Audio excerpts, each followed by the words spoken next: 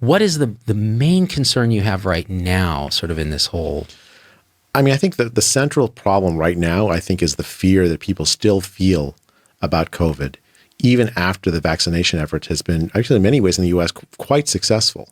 I think that we are so used to this fear that we've lived under for a year that we don't know how to get out of it. So you can see this when people that are vaccinated, they still are wearing them. My mom, okay, she's 80. She got the vaccine. She got the second vaccine. It's been now a month and some since she got the vaccines. And she tells me she can't. She's so used to wearing the mask that she wears it inside when there's no one there because she's just used to it. And there's still this fear.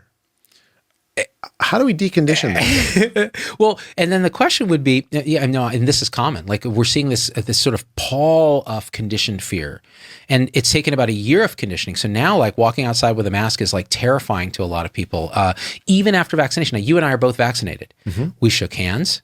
We don't wear masks. We're about 3 feet apart from each other, and in the early days of the pandemic, that would have gotten us both hung.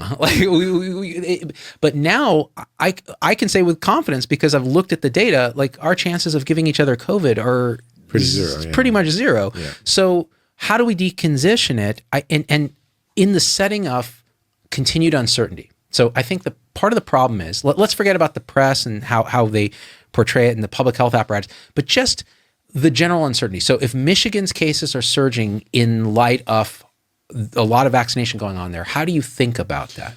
Yeah, I mean, I think the key thing is, like, we look at cases, we say, oh my gosh, deaths are coming. But I think if the vaccination campaign has been successful, you'll have a decoupling of the deaths and the cases. We should no longer look at, in places that have been vaccinated, where the older population is vaccinated appropriately, we should no longer look at cases as a marker of doom to come.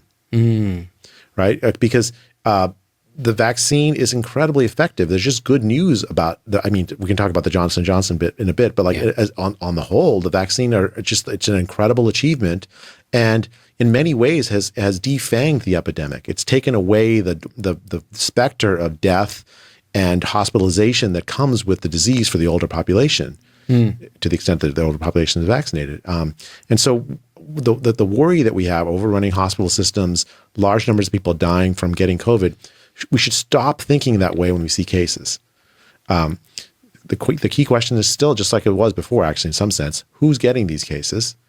And if it's the older population, we should be very concerned. If it's younger population, I mean, it's COVID. It's not good, but it's not quite the same thing. Yeah, so why do we keep hearing then about like these new variants affecting young people more, or concerns about mortality in the new case surges in a way that it is younger people maybe? Why are we still hearing about this when I have not seen good evidence that variants are more deadly or so on?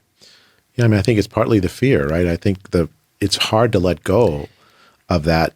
You've lived for a full year under it. It's hard to let go. In some ways you can understand it, right? It's like we've been conditioned to be careful.